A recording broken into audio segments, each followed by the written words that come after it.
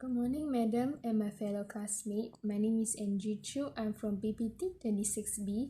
Today we are going to do group presentation for subject PPT 2223 Neurology 1. The topic that we want to present is the outcome measures for motor function, which is motor assessment skill. My group members are Husna and Sri.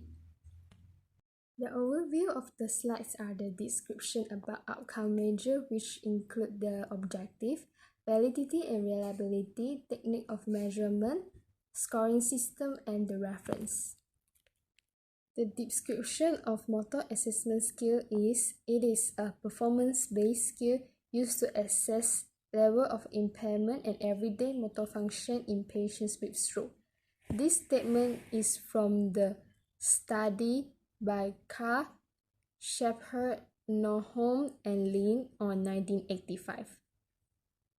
The motor assessment skill is based on a task-oriented approach to evaluation that assesses performance of functional tasks rather than isolated patterns of movement. This is from the study of Mellin, Pritchard, Borneo, Duran, and Corrivier on 1994. There are a few of objectives of motor assessment skill. The first one is, it is be brief and easily administered to avoid the interfering unduly with treatment time. It have a high degree of iterator reliability. It provide objective results without the use of expensive equipment. It can be written in terms that are clear and easily understandable by other health professionals. It produces a change in score only if the patient's performance has changed. It avoids duplicating information about the patient that is recorded elsewhere. It used to measure relevant everyday motor activities and also the patient best performance. I'm going to present about the validity and reliability of this MAS. So the first one is validity. There are two parts, which is criterion validity and then content validity. As for the criterion validity, it measures what it intends to measure motor function. So it is supported by its correlation with other measures of motor function like Fugel-Meyer assessment and the Bartle index. As for the evidence, in this article, which is about the acute stroke, they conduct criterion validity, which is there are three parts. The first one is excellent concurrent validity with FMA, and the total scores is R is equals to 0.96, which is not including the general tones item. So the next one is educate to excellent item level concurrent validity between MAS items and the similar FMA items, which is the R value is 0.65 to 0.93. And as for the last one is the poor concurrent validity with MAS and FMA with seating balance, which is the R value is negative 0.10. So the next part is content validity. As for the content validity, the items in the scale represent the construct being measured, which means the MAS items have been developed based on understanding of motor function and have been validated through clinical expert consensus. As for the evidence, based on this Tyson and D'Souza article, they conduct an acute stroke research. So the MAS and functional balance test, which is the educate convergent validity in sitting armrest. So the number of raises is R value is 0.33, and the educate of the convergent validity in sitting forward reach, the R value is 0.5. Reliability got two parts, which is the inter-rater and intra-rater reliability, and then test retest reliability. As for the inter-rater and intra-rater, the differences is intra-rater is consistency of scores when different raters assess the same individual. As for the intra-rater reliability, the consistency of scores when the same rater assesses the same individual at different times. This is the difference between intra-rater and intra-rater reliability. So, the study shows inter-rater reliability and intra-rater reliability for MAS, it indicating the different SSS produce similar scores. This is for inter-rater. As for the intra-rater, it is shown high intra-rate reliability for MAS, which indicating that the scale produces consistent results over time. So as for the evidence, the cases are conducted in chronic and acute stroke.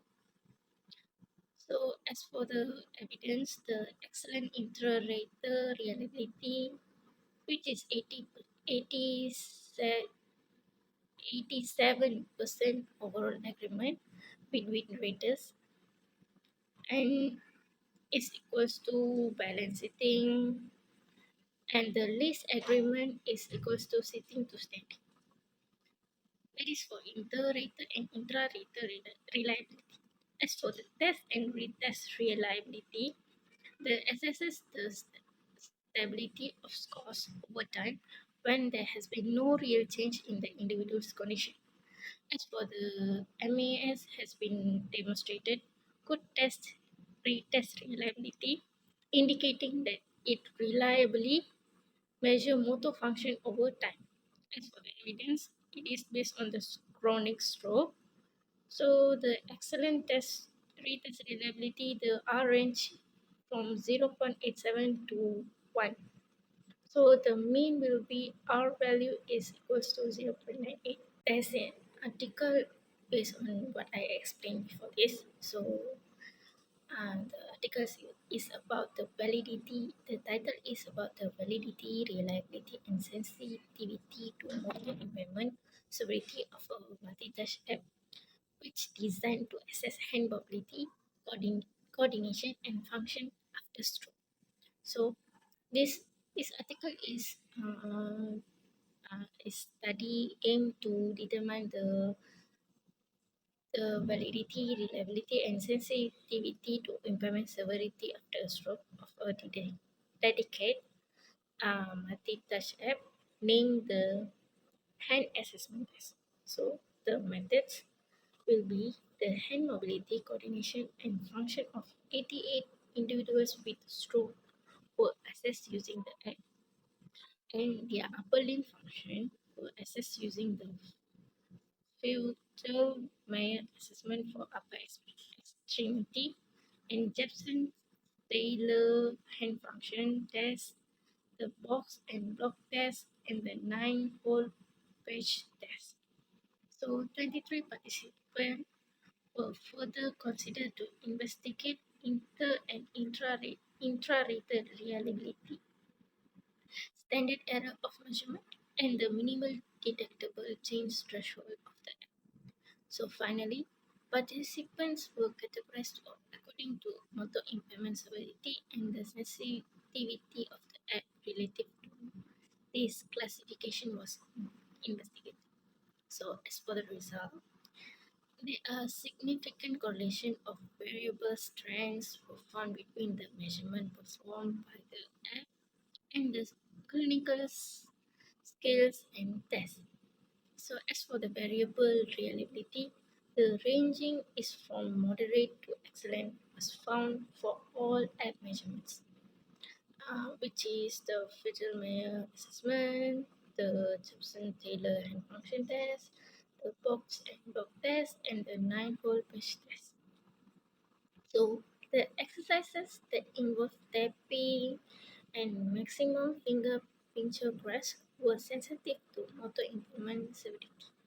So as for the conclusion, the convergent validity, reliability, and sensitivity to motor impairment severity of the app, especially of those exercises that involve tapping coordination of the fingers, together with the widespread availability of the app, could support the use of this and similar apps to complement conventional technical assessments of hand function after stroke. So basically, the assessment is give the positive result, which is the validity, reliability, and necessity all good when using the hand assessment test. For supine to side lying onto intact side, first is patient pull himself into side lying. Second, patient will move leg across actively and the lower half of the body follows. Third is arm is lifted across body with other arm. Leg is moved actively and body follows in block. Fourth, move arm across body actively and the rest of body follows in a block. Fifth, move arm and leg and rolls to side but off balance. And sixth is rolls to side in 3 seconds. For supine to sitting over side of back, first is side lying, lift head sideways, but cannot sit up. Patient assisted to side lying. Second, side lying to sitting over side of back. Therapist assist patient with movement and patient control head position throughout. Third is side lying to sitting over side of bed. Therapist gives standby help by assisting legs over side of bed. Next is side lying to sitting over side of bed with no standby help by therapist. Fifth is supine to sitting over side of bed with no standby help by therapist. Six is supine to sitting over side of bed within 10 seconds with no standby help by therapist. For balance sitting only with support, therapist should assist patient into sitting. Sits unsupported for 10 seconds without holding on, knees and feet together. Feet can be supported on floor. That is, sits unsupported with weight well, forward and evenly distributed. Weight should be forward at the hips, head and thoracic spine extended. Weight evenly distributed on both sides. Fourth is sits unsupported, turns neck, turns head and trunk to look behind. Feet supported and together on floor. Do not allow legs to abduct or feet to move. Have hands resting on thigh. Do not allow legs to abduct or feet to move. Have hands resting on thighs. Do not allow hands to move into plinth.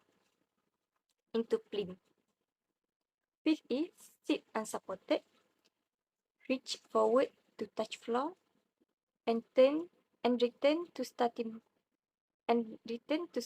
position. Feet supported on floor. Do not allow patient to hold on. Do not allow legs and feet to move. Support affected arm if necessary.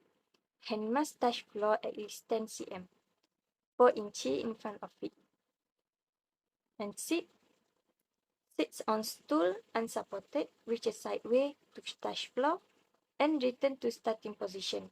Feet supported on floor. Do not allow patient to hold on. Do not allow legs and feet to move. Support affected arm if necessary. Patient must reach sideways to fall. Sideways.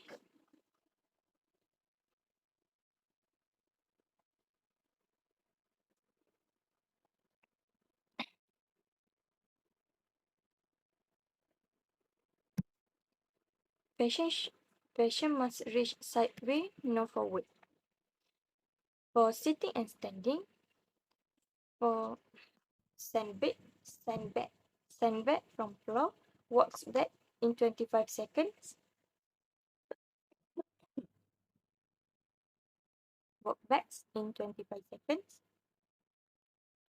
6 is walk up and down for step with or without an 8 but without holding on the rail 3 times in 35 seconds. For sitting to standing, first is patient get to help standing with help from therapist. Second is patient get to standing with standby help by therapist. Third is patient get to standing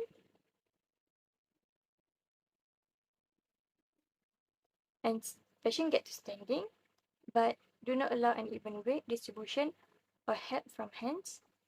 Fourth is a patient gets to standing and stand for 5 seconds with hips and knees extended and does not allow uneven weight distribution. Fifth is sitting with no standby help by therapist. Full extension of hips and knees. 6 is sitting to sitting with no standby help 3 times in 10 seconds. For walking, first is patient stand on affected leg and step forward with other leg. Weight-bearing hip must be extended and therapist may give standby help. Second, walks with standby help from one person. Third is walks 3 meters or 10 feet alone or uses any aid but no standby help. Fourth, walking 5 meters or 60 feet with no aid in 15 seconds. For upper arm function, patient will be in lying position. So patient need to protract shoulder girdle with arm in elevation. Therapist places arm in position and support with elbow in extension. Second, patient in lying position. Hold extended arm in elevation for 2 seconds. And physiotherapist and therapist should place arm in position and patient must maintain position with some external rotation. Elbow must be held within 20 degrees of full extension. Third, flexion and extension of elbow to take palm to forehead with arm as in 2. Therapist should place arm in position and patient must maintain position with some external rotation and elbow extension and do not allow excess shoulder elevation. Fourth, sitting. Patient in sitting. Patient lift arm to above position, hold in there for 10 seconds and then lower it. Patient must maintain position with some external rotation, do not allow pronation. Fifth, sitting. Patient lift arm to above position, hold it there for 10 seconds and then lower it. Patient must maintain position with some external rotation, do not allow pronation. Sixth, standing. Hand against wall. Maintain arm position while turning body toward wall. Have arm abducted to 90 degrees with palm flat against the wall. Hand movement. So patient will be in sitting position with extension of wrist. Therapist should have patient sitting at the table with forearm resting on the table. Therapist place cylindrical object in palm of patient's arm, patient's hand.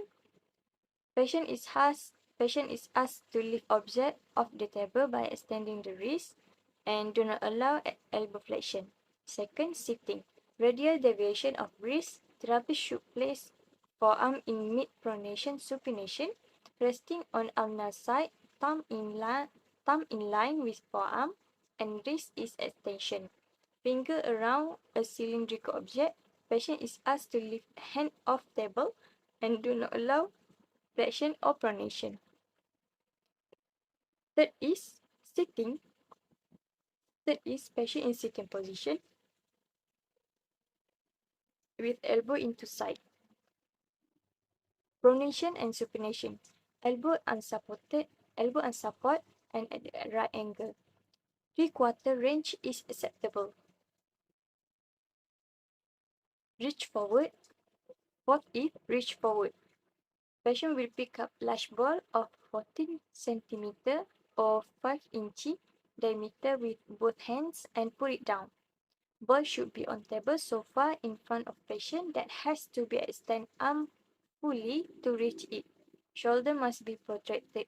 Elbows extended with neutral or extended.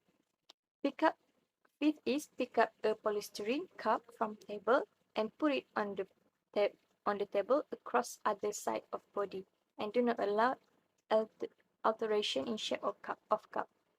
6 is continuous opposition of thumb and each finger more than 14 times in 10 seconds. Each finger in turn taps the thumb, starting with the index finger, and do not allow thumb to slide from one finger to the other or to go backwards. For advanced hand activities, patient will pick up the top of a pen and putting it down again and put it down again. Patient stretches arm forward, pick up the top, pick up pen top, release it on table to body. Second is patient picking up one jelly bean from a cup and placing it in another cup. The cup contains 8 jelly beans. Both cups must be at arm's length. Left hand takes jelly bean from a cup on right and leave it on left.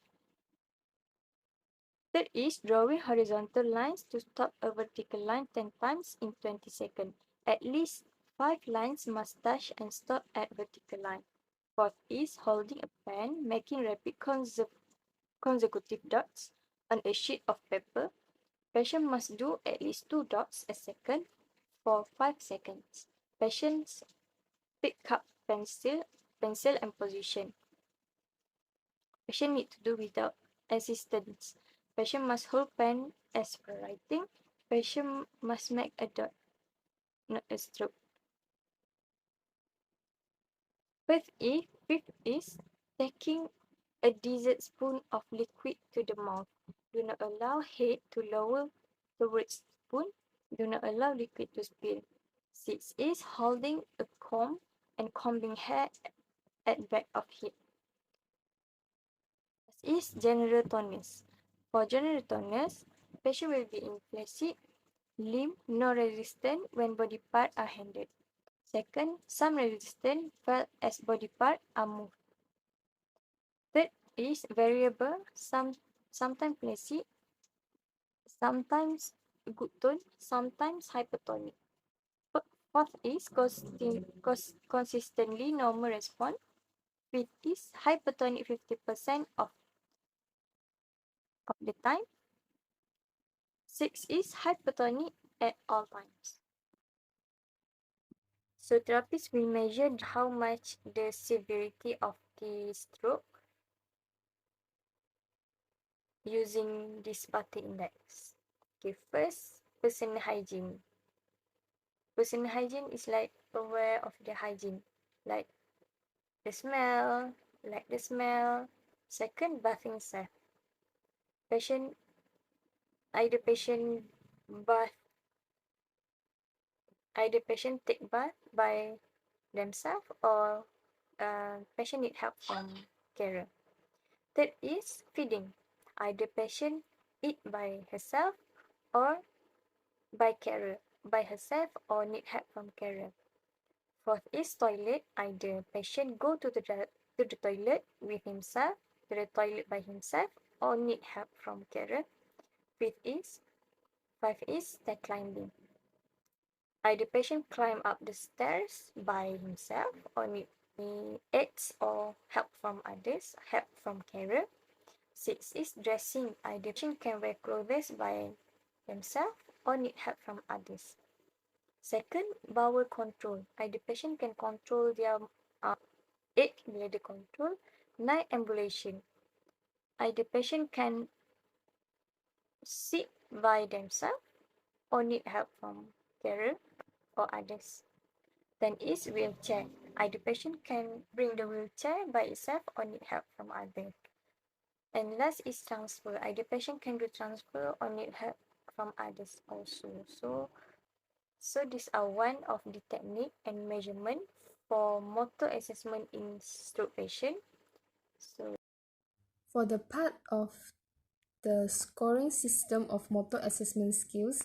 It contains 9 items in the assessment, which evaluates 5 mobility, 3 upper limb activities, and 1 severity of involuntary movements, upper motor neural lesions, which is clonus. So the patient need to perform each task 3 times, and the best performance is recorded. The picture shown in the slide is the motor assessment skill and how they record the performance. It contains 9 items, which is supine to side lying, supine to sitting over side of bed, balance sitting, sitting to standing, walking, upper arm function, hand movements, advanced hand activities, and general tonus. The items in each of these category can be scored on a 7-point scales, which is from 0 to 6, except the general tonus item. Point 0 indicate the patient is unable to complete any of the tasks. Point 6 indicates the optimal motor behavior. For the general tones item, its scores is based on the continuous observation throughout the assessment. General tonus was included to gain impression about the presence of excessive or depressed motor activity. So for the grading of general tonus, point 4 indicates consistently normal response. Point above 4 indicates persistent hypertonus. Point below 4 indicates various degree of hypotonus. For the comment section, it is used for the examiner to aid subjective information. This information they may be considered useful and relevant to the assessment. The item scores, with the exception of general tonus item, can be summed to provide an overall score out of possible 48 points. This is from the study by Meloin et al. On 1994. For motor assessment skill, item 1 to 5, successfully completing a higher level item suggests that the individual is able to perform the lower level items that correspond to lower scores, and thus these lower items can be skipped from the assessment. This is from the study by Saberi et al. On 2005. For the upper limb section, which is motor assessment skill, items 6 to 8 should be scored non-hierarchical, meaning that every item within the subset should be scored regardless of its position within the hierarchy. For the general tonus item, it is difficult to assess as there are no guidelines regarding the testing of tone, where it should be tested, or how to score the item when the tone varies between the leg, arm, and trunk. This is from the study by Paul Whitney on 1988. For this reason, this item is often omitted. This study is from the Meloin et al. On 1994 and also Lowen and Anderson on 1990. The picture in this slide is about the study by Catherine and Fiona on 1992. They do this kind of graph to record the improvement of patient performance.